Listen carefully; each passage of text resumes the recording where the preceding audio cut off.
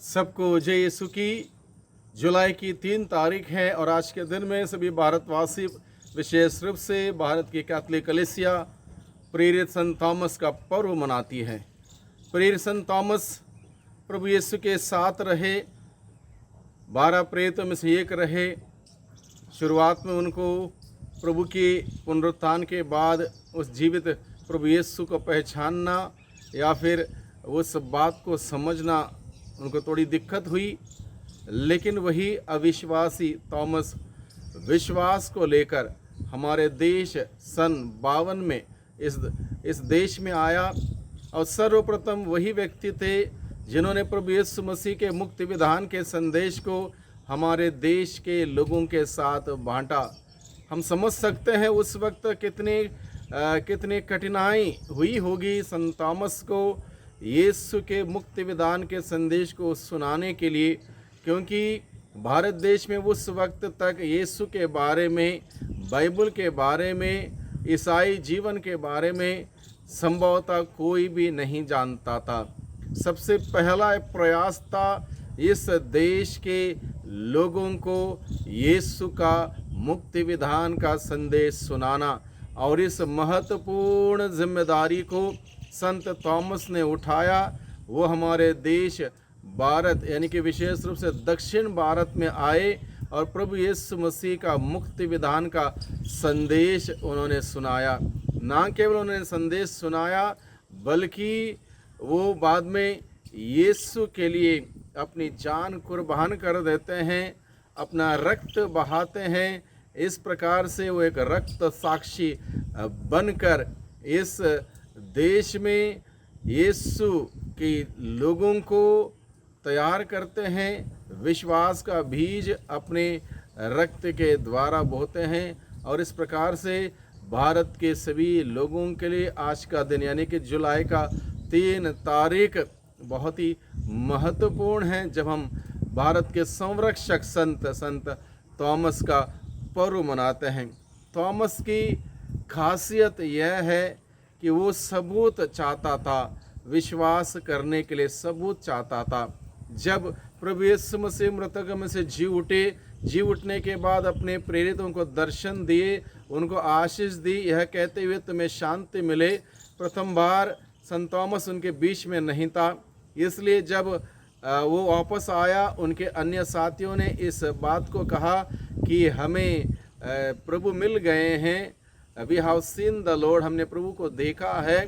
संत Thomas क्या कहता है, जब तक मैं उनके हाथों में कीलों की जगह पर अपनी उंगली ना डाल दूं, उनके बगल में जहां भाला मारा था वहां पर अपना हाथ ना रख दूं, तब तक मैं विश्वास नहीं करूंगा। इसका मतलब ये नहीं कि वो टोटली अविश्वासी था, बल्कि वह विश्वास करने के लिए एक सबूत की मांग कर रहा था।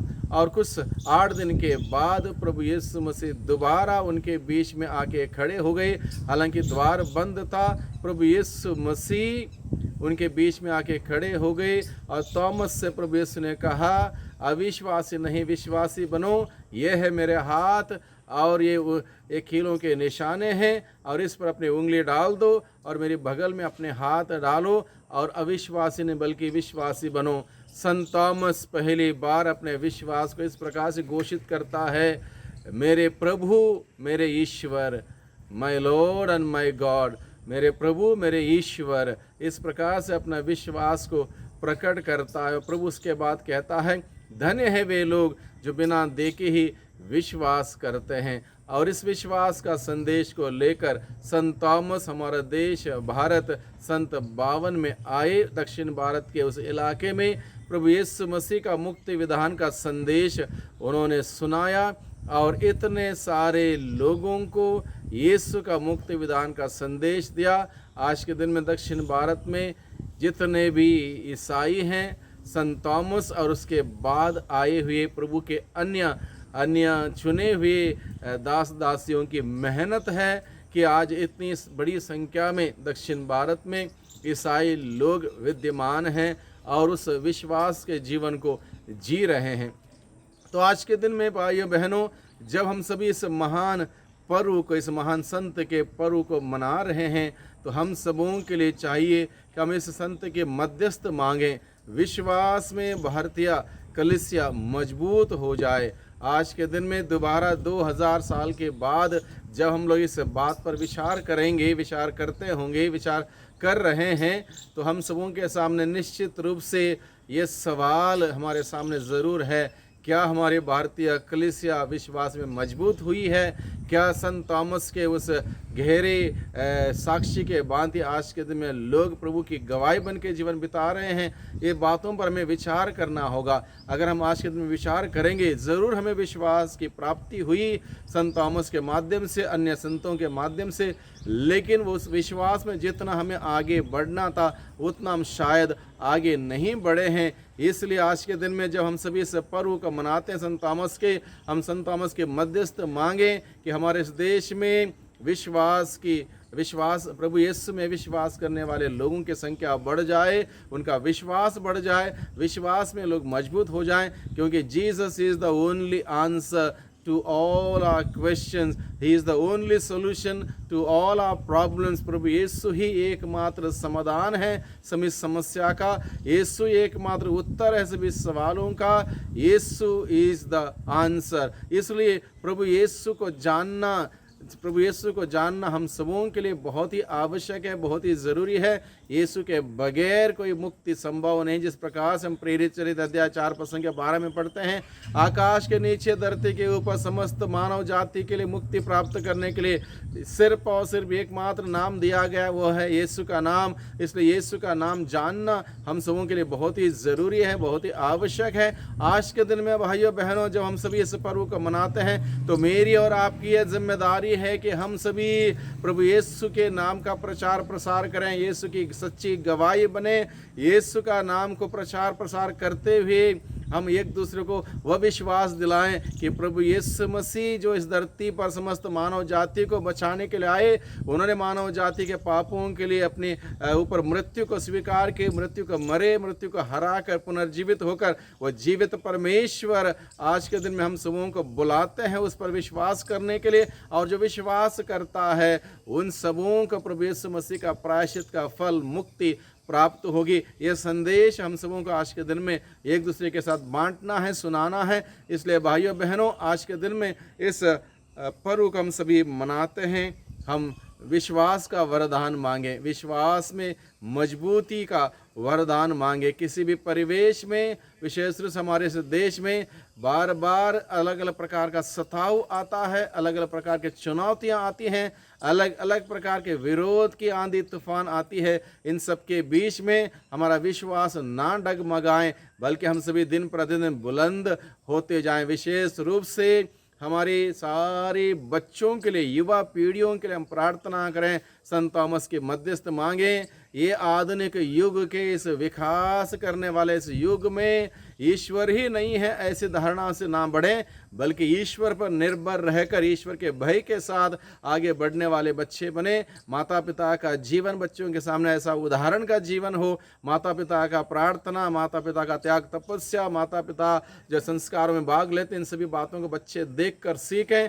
ऐसी एक कृपा माता पिता के लिए हम मांगें। बड़े बुजुर्गों का उदाहरण हम सबों के लिए एक आदर्श उदाहरण हो। इस प्रकार से सभी भारतीय कलीसिया के लिए हम प्रार्थना करें। भारतीय कलीसिया प्रभु यीशु मसीह में मजबूत हो जाए, प्रभु की शिक्षा में मजबूत हो जाए, प्रभु से प्यार करें, प्रभु में विश्वास करते हुए आगे बढ़ें। इस प्रकार से भारतीय कलीसिया में मुक्ति विधान का वह संदेश एक एक व्यक्ति तक फैल जाए, जिस प्रकार से स्वयं प्रभु यीशु मसीह ने अपने शिष्यों को, अपने प्रेरितों को यह कहते हुए आदेश दिया था, जाओ तो समस्त राष्ट्रों को सुसमाचार सुनाओ, उन्हें पिता पुत्र पवित्र आत्मा के नाम से बपतिस्मा दो। वही प्रभु का संदेश इस देश के एक एक व्यक्ति को मिले।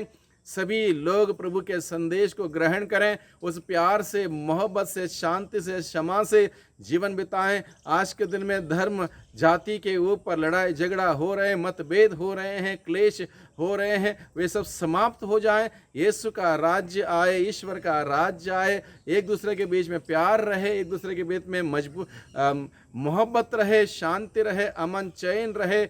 और इस प्रकार से हम एक दूसरे का आदर सम्मान करें, एक दूसरे का रिस्पेक्ट करें और इस प्रकार से भाईचारे के साथ हम सभी आगे बढ़ने वाले बने। आज का यह पर्व को मनाने के संदर्भ में हम विशेष रूप से प्रभु से प्रार्थना करें संत थॉमस के मध्यस्थता से कि प्रभु की विशेष आशीष और बरकत हमारे इस देश पर रहे, देश के सभी नागरिकों पर रहे, सभी नेताओं पर रहे, ताकि हर कोई व्यक्ति प्रभु यीशु की शांति, प्रभु यीशु ने अपने शिष्यों से यही कहा, तुम्हें शांति मिले, वो शांति एक एक व्यक्ति के जीवन में आ जाए, एक एक व्यक्ति के परिवार में आ जाए।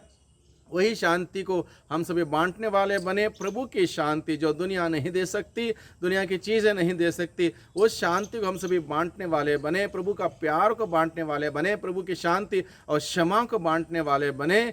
प्रभु का प्यार को बांटते हुए एक सुंदर जीवन बिताने वाले हम सभी बन सकें। इसलिए आइए आज के दिन में विशेष रूप से हम प्रार्थना करें हमारे देश के लिए। सर्वशक्तिमान पिता परमेश्वर, धन्यवाद देते हैं आज के इस महान दिन के लिए, संत थॉमस का पर्व को मनाने के संदर्भ में। प्यारे प्रभु जी, हम अपने इस देश के लिए प्रार्थना करते हैं, हमारे देश में प्रभु का संदेश, प्रभु के मूल्य और प्रभु के सिद्धांत लोगों के दिलों में घर कर जाए, लोग प्रभु के बताए हुए मार्ग पर चलें, शांति, प्रेम से, अमन, चैन से, क्षमा देते हुए, क्षमा लेते हुए सुंदर जीवन बिताने वाले बन सके। इस प्रकार से प्रभु आपका राज्य हमारे देश में फैल जाए। दुआ करते हैं उद्धारकर्ता यीशु मसीह के नाम से, आमीन।